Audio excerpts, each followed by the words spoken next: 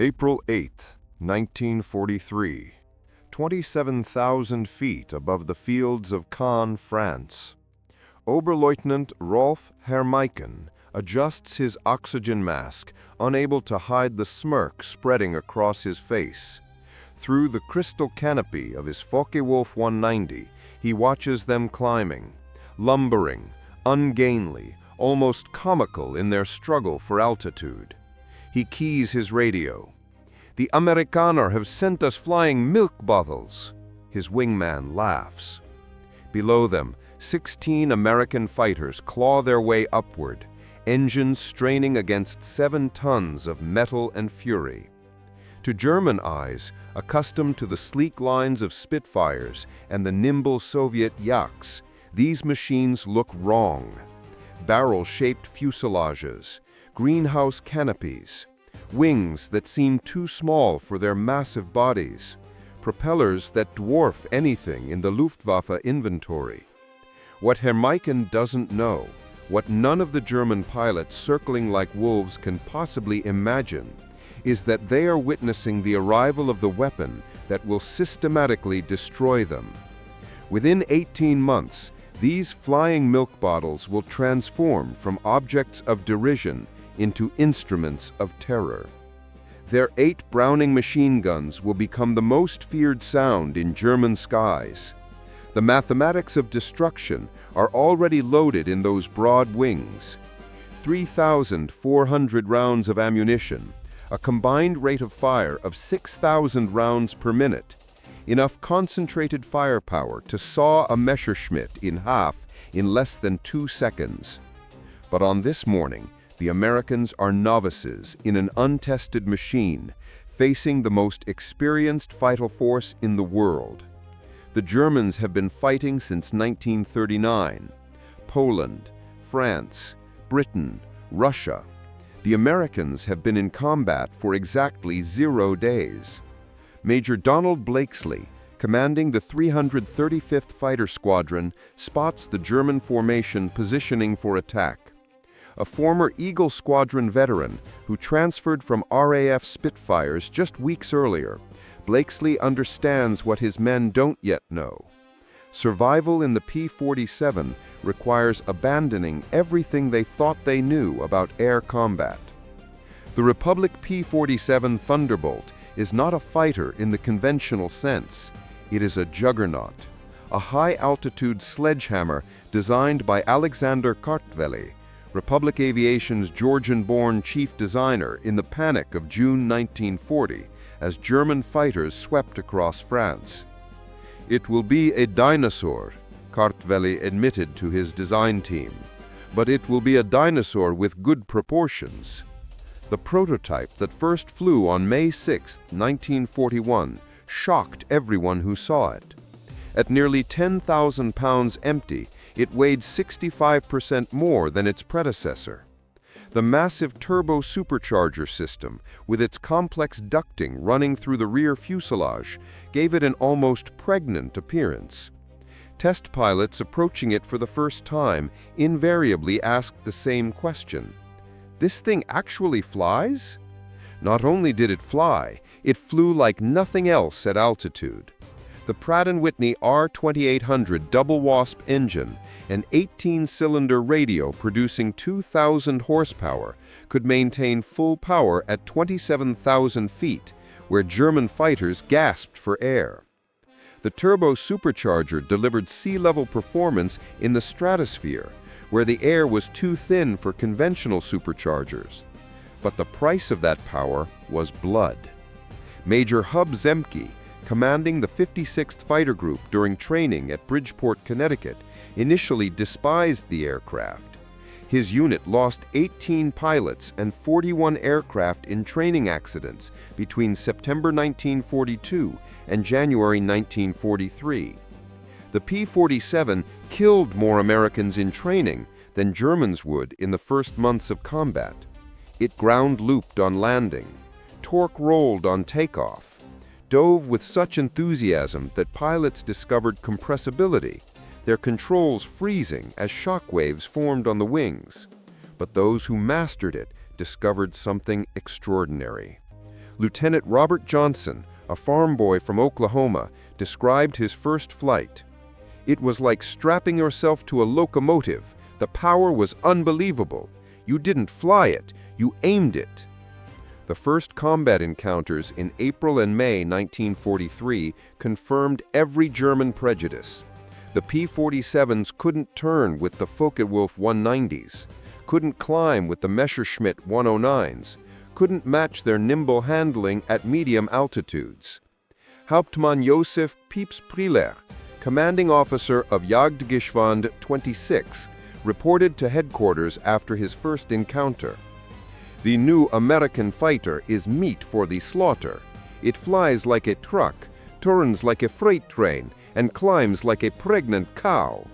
Our boys are calling them Indiana, fat targets pretending to be warriors."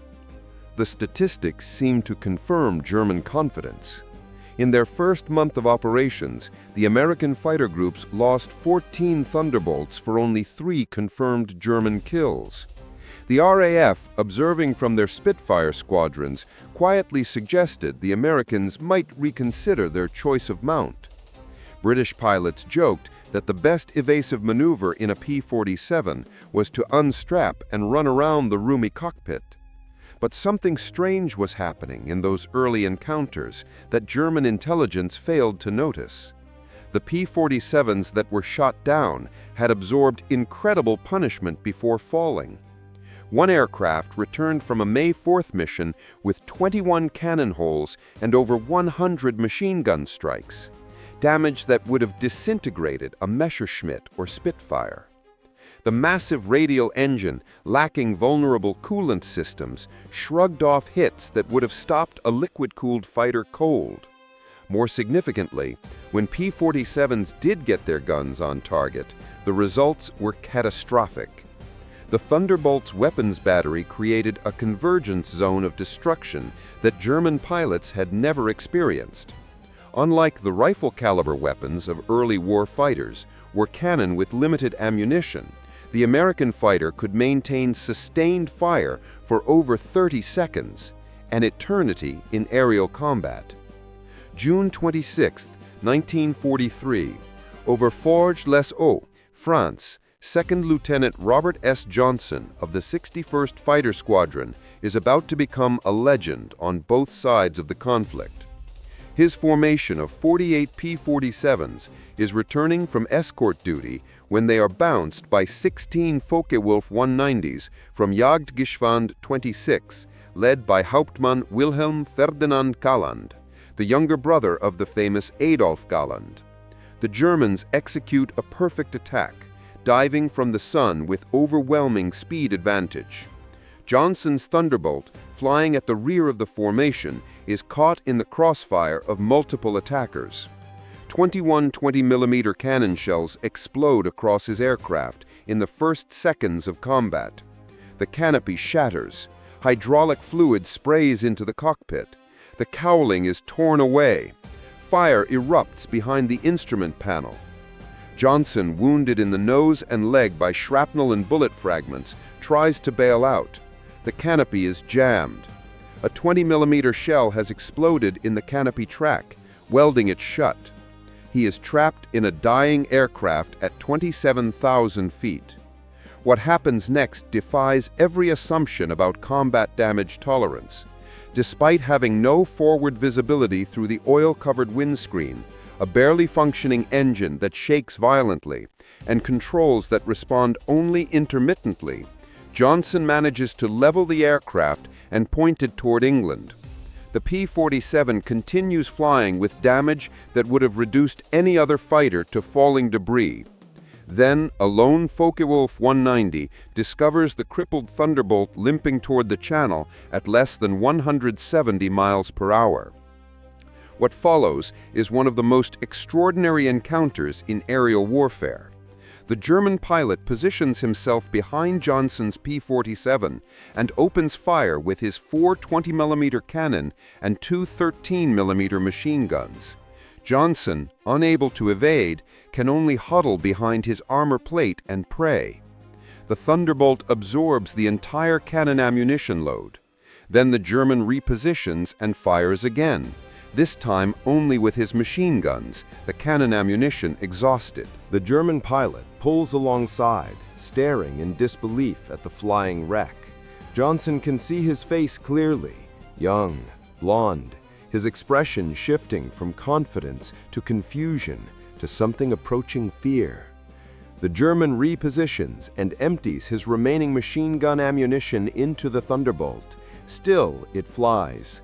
He pulls alongside again, shakes his head in apparent amazement, gives an informal salute, and peels away, presumably out of ammunition.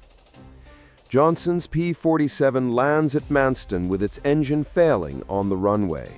The crew chief stops counting bullet holes after reaching 200. One cannon shell had exploded inches from Johnson's head. Another had detonated against the armor plate behind his seat. The engine had taken direct hits. The control cables were partially severed. 3 of the 4 main longerons, the structural backbone of the fuselage, were shot through, yet the aircraft had brought him home. The survival of Johnson's aircraft sends shockwaves through both air forces. American engineers studying the wreckage realized they had underestimated their own creation. German intelligence, receiving combat reports from the second section of Jagdgeschwader 26, initially refuses to believe it. No aircraft could absorb that much punishment. But testimony from multiple pilots confirms the impossible. The Thunderbolt had taken everything the Luftwaffe's best fighter could deliver and survived. By July 1943, American pilots are learning to exploit the P-47's true strengths. Lieutenant Colonel Hubert Zemke, the 56th Fighter Group commander, has discovered the secret through brutal trial and error. Don't turn with them. Don't climb with them at low altitude. Use your weight. Use your power. Use your guns. The Thunderbolt's massive weight, initially seen as a disadvantage, becomes a weapon. In a dive, nothing can catch it. From 30,000 feet, a P-47 can reach 550 miles per hour, faster than any German fighter can achieve, even in a vertical dive. This speed can be converted to altitude in a zoom climb that leaves pursuing fighters helplessly behind. Captain Walker Bud Mahurin, who would become one of the first American aces in Europe, develops what becomes known as the boom and zoom tactic, though pilots call it the Thunderbolt turkey shoot. Instead of engaging in traditional dogfights, P-47 formations climb to 30,000 feet, higher than German fighters can effectively operate. When Luftwaffe fighters appear below, the Thunderbolts roll inverted and dive, reaching speeds that make deflection shooting impossible for defending Germans. At the bottom of these dives, the American heavy machine guns speak. German pilots who survive describe it as facing a wall of lead. The combined firepower creates an impenetrable zone of destruction. Aircraft caught in this convergence pattern don't just fall, they disintegrate. August 17, 1943, the dual raid on Schweinfurt and Regensburg, the deepest penetration into Germany attempted to that date. Major David Schilling, leading the 62nd Fighter Squadron, encounters a formation of Messerschmitt 110 destroyer aircraft, positioning to attack B-17s with their heavy cannon and rocket armament. Schilling's flight of 4 Thunderbolts rolls into their attack dive from 28,000 feet.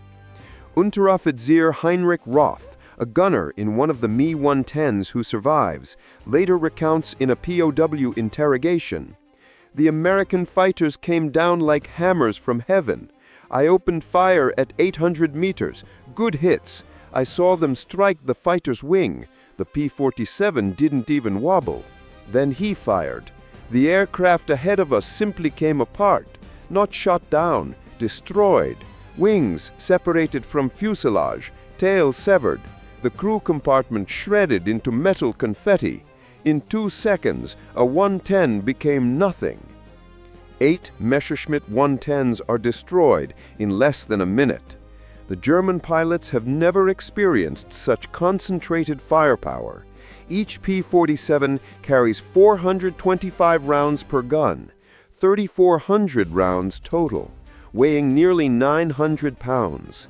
At convergence distance, typically set at 300 yards, all 8 guns' ballistic paths intersect in a zone roughly 6 feet in diameter. Anything in that zone faces 100 half-inch projectiles per second, each traveling at 2,900 feet per second. The ammunition itself is a revelation of American industrial capacity. While German fighters struggle with limited cannon ammunition, typically 120 to 200 rounds for a 20mm weapon, American pilots can maintain fire for over half a minute. Lieutenant Colonel Francis Gabby Gabreski, who would become the top American ace in Europe with 28 victories, describes the effect. When you hit them with all 8, they don't just go down, they explode. I saw a 109 literally cut in half, the tail falling one way, the nose and wings another. The pilot never knew what hit him. By September 1943, the Luftwaffe is discovering another horrifying reality about the P-47. Its performance improves dramatically with altitude while German fighters suffer. The turbo-supercharged double Wasp engine maintains its rated power output up to 30,000 feet. German fighters, relying on single-stage or two-stage mechanical superchargers, see their performance degrade significantly above 25,000 feet.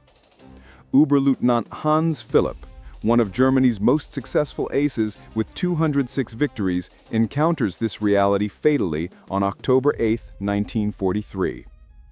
Leading Jagdgeschwader 1 against a B-17 formation at 28,000 feet over Bremen, Philipp finds his Focke-Wulf 190A6 sluggish and unresponsive in the thin air. The BMW 801 engine, powerful at medium altitudes, is gasping for oxygen nearly 6 miles above the Earth. When P-47s of the 56th Fighter Group dive on his formation from 32,000 feet, the German fighters are sitting ducks. Robert Johnson, now an experienced combat pilot on his way to ace status, is flying at 31,000 feet when he spots Philipp's distinctive Focke-Wulf with its elaborate nose art. Johnson's combat report is clinical. Opened fire at 300 yards, 30-degree deflection. Observed strikes along entire fuselage. Enemy aircraft exploded. No parachute observed. Philipp's death sends shockwaves through the Luftwaffe. If one of their best, a man who had survived over 500 combat missions on both Eastern and Western fronts, couldn't survive against the Thunderbolts, what chance did average pilots have? The German High Command orders an immediate investigation into the P-47's capabilities. The report, delivered to Reich Marshal Hermann Göring in November 1943, is sobering. The Thunderbolt's service ceiling exceeds 42,000 feet, higher than any German fighter can reach. Its dive speed approaches the sound barrier. Its armor includes a 3/8-inch steel plate behind the pilot, 1/2-inch bulletproof glass windscreen, and armored deflection plates around the engine. Most disturbingly, its rugged construction allows it to absorb damage that would destroy 3 conventional fighters and still return home. January 1944. A new variant of the P-47 begins arriving in England that will complete the transformation from laughingstock to nightmare. The P-47 D-22 features a Hamilton Standard hydromatic propeller with paddle blades, 13 feet in diameter with broad chord blades that bite into the air like massive oars. The improvement in climb rate is immediate and dramatic. Where earlier Thunderbolts had climbed at an anemic 2,200 feet per minute at sea level, the paddle blade variants can achieve 3,000 feet per minute, matching or exceeding German fighters at most altitudes. The massive propeller also improves acceleration, allowing P-47s to build energy faster in level flight. Hauptmann Heinz Knoker of Jagdgeschwader 11, a veteran with over 200 combat missions, encounters the new variants in February 1944 during a bomber interception near Hanover. He writes in his combat diary, "The fat American fighters have learned to climb. We bounced to formation near Hanover, expecting our usual advantage. They turned into us and climbed with us. When we tried to disengage, they followed us up to 30,000 feet. Schmidt was caught and blown apart. Nothing left but smoke and fragments. These are not the same machines we laughed at last year. The paddle blade propeller does more than improve performance. It changes the sound of the Thunderbolt.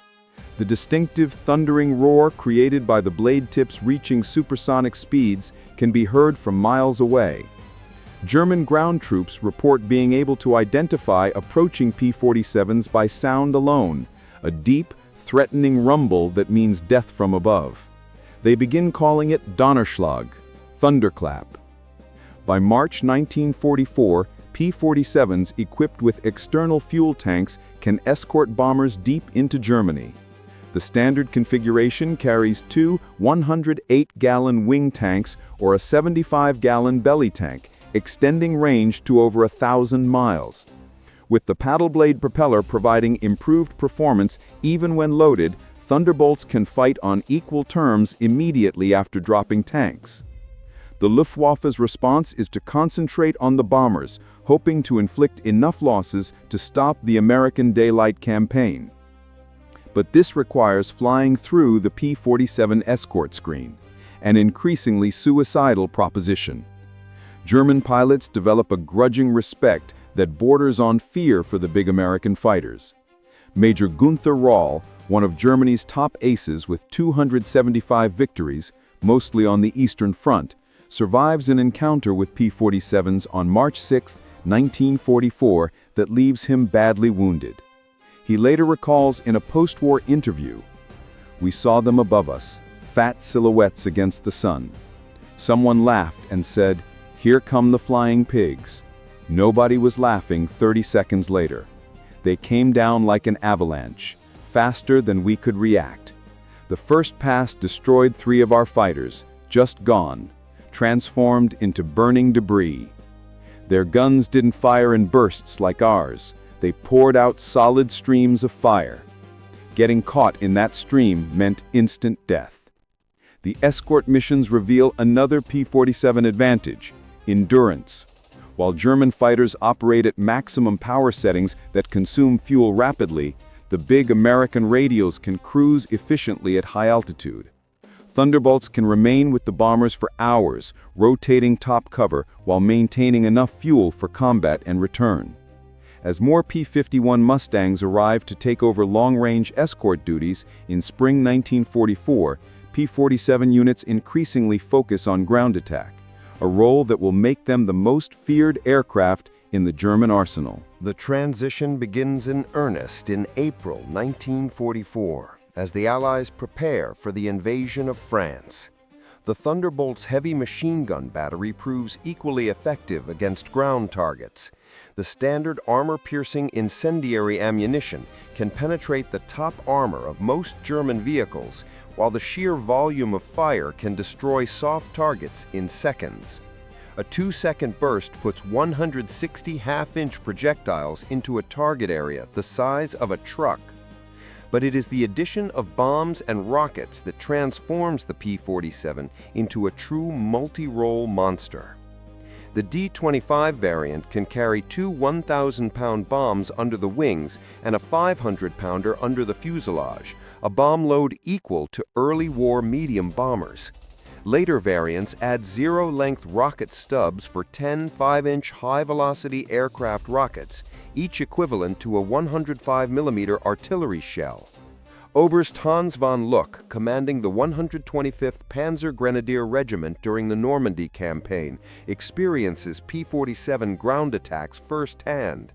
They came in low, so low you could see the pilots' faces. The sound was terrifying, engines roaring, rockets screaming, then the hammer of those heavy machine guns. A column of our trucks simply ceased to exist. 20 vehicles transformed into burning wreckage in one pass. The psychological effect on the men was devastating. They called them Jabos, fighter bombers, but these were something beyond that. They were flying artillery with the accuracy of snipers. June 6, 1944. the Luftwaffe discovers how completely the balance of power has shifted. Over 500 P-47s provide air cover for the invasion, creating an impenetrable umbrella over the beaches. German fighters attempting to reach the landing zones are massacred. Oberlieutenant Wolfgang Fischer of Jagdgeschwader II, one of only 3 German pilots to reach the beaches that day, reports, "The sky belonged to the Americans. Thunderbolts were stacked from sea level to 30,000 feet. We tried to break through at dawn, 12 fighters from our group. I was the only one to return. The P-47s were waiting at every altitude. You couldn't climb over them, couldn't dive under them. Their guns turned our fighters into aluminum rain." In the weeks following D-Day, P-47s systematically destroyed German movement in daylight. The statistics are staggering. In June alone, 9th Air Force Thunderbolts claimed 651 locomotives, 3,847 trucks, 512 tanks and armored vehicles, and 4,553 horse-drawn vehicles destroyed.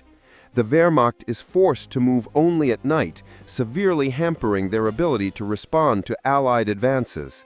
The Germans try everything to counter the Thunderbolt threat. They reinforce vehicle armor, deploy more anti-aircraft guns, develop new camouflage techniques. Nothing works. The P-47's combination of speed, armor, and firepower makes them nearly unstoppable. Even the feared 88mm flak guns struggle to track the fast-moving fighters at low altitude. While devastating Europe, the P-47 is simultaneously proving its worth in the Pacific theater. The 348th Fighter Group, operating from New Guinea, discovers that the Thunderbolt's qualities are perfectly suited to the vast distances and harsh conditions of the Pacific War. Colonel Neil Kirby, commanding the 348th, develops tactics specifically for the Pacific. On October 11, 1943, Kirby leads 4 P-47s against 40 Japanese aircraft over WWII, shooting down 6 enemy planes himself in a single mission, earning him the Medal of Honor. The Japanese, accustomed to fighting nimble but fragile American fighters, are unprepared for the P-47's combination of firepower and durability. Japanese ace Saburo Sakai, who encounters P-47s over New Guinea, later writes, "We called them monsters. Our 20mm cannon, which could destroy a P-40 with a few hits, seemed to have no effect. I put dozens of rounds into one Thunderbolt and watched it fly away. Their return fire was terrifying, streams of heavy bullets that tore aircraft apart."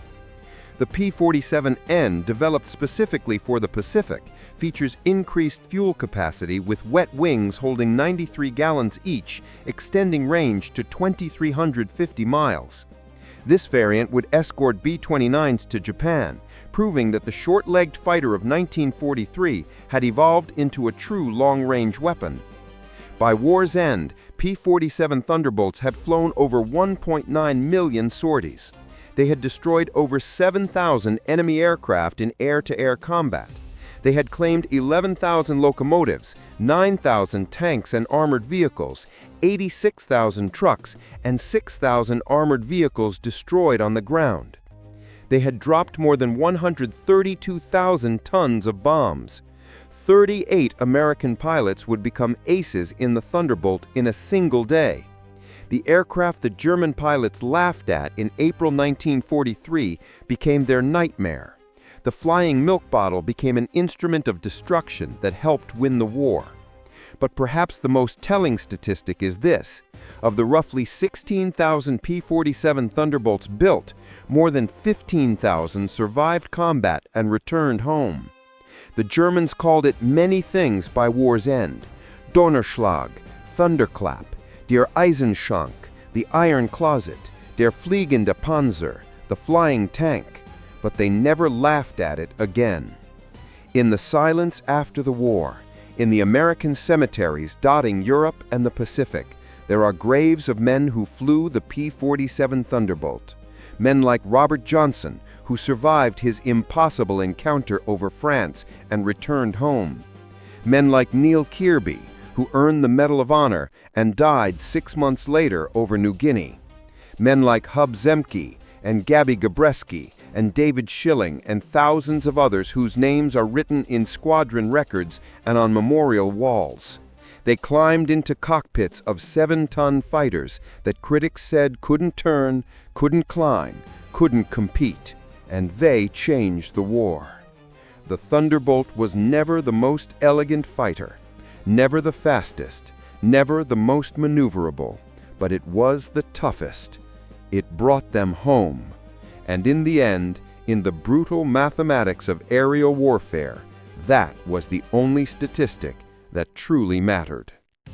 The sky over Europe and the Pacific belongs to a new generation now. Commercial jets leave contrails where thunderbolts once roared. The fields of France are quiet. The beaches of Normandy are peaceful. But somewhere in the air, in the memory of those who survived and the legacy of those who didn't, you can still hear it. The sound of 8 Browning machine guns, the thunder of the jug, the roar that made German pilots stop laughing and start praying. If this story moved you, if it made you remember the names time tried to erase, subscribe and help us keep their legacy alive.